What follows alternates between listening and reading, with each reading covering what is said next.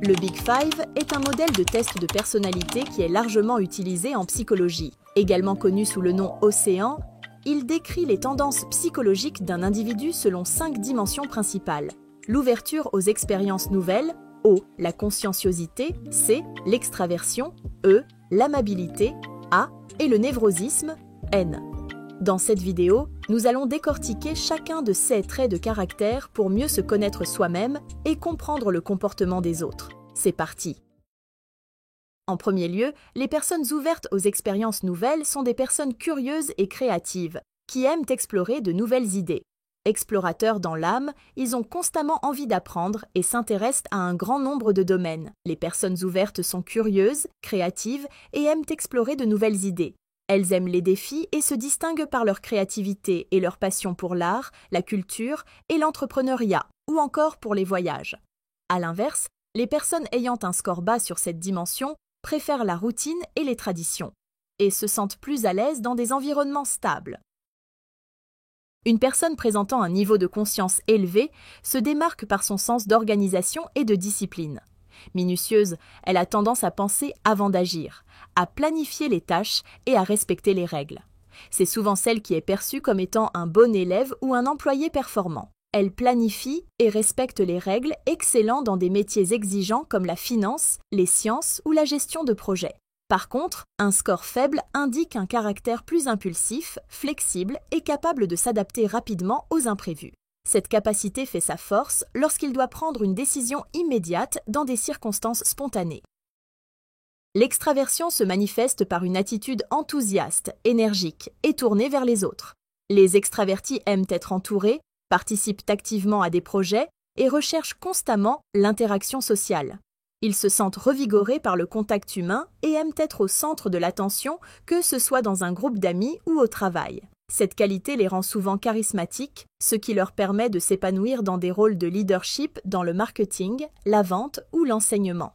À l'opposé des extravertis, nous retrouvons les introvertis. Ils ont besoin de moments de solitude pour se ressourcer et ils travaillent souvent mieux dans des environnements calmes et isolés. Leur capacité à réfléchir en profondeur les situations et à travailler de manière autonome leur permet d'exceller dans des métiers créatifs ou intellectuels.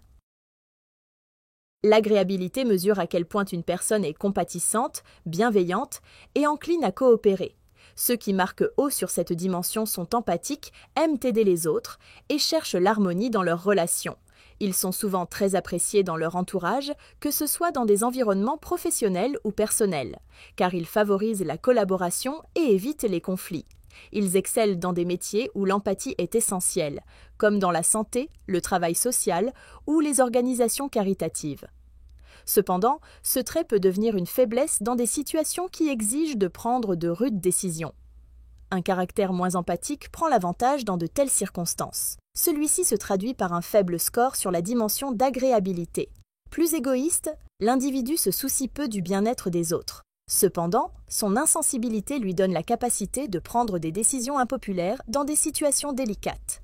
Ce profil excelle dans l'armée, dans des postes de direction ou encore dans des métiers scientifiques.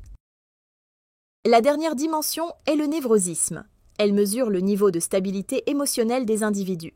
Un score élevé indique une disposition à des émotions négatives telles que l'anxiété, la nervosité, la colère ou la dépression. Face à une situation stressante, l'individu est émotionnellement réactif. Ils peuvent être sujets à des sautes d'humeur et avoir du mal à se détendre, même dans des environnements familiers.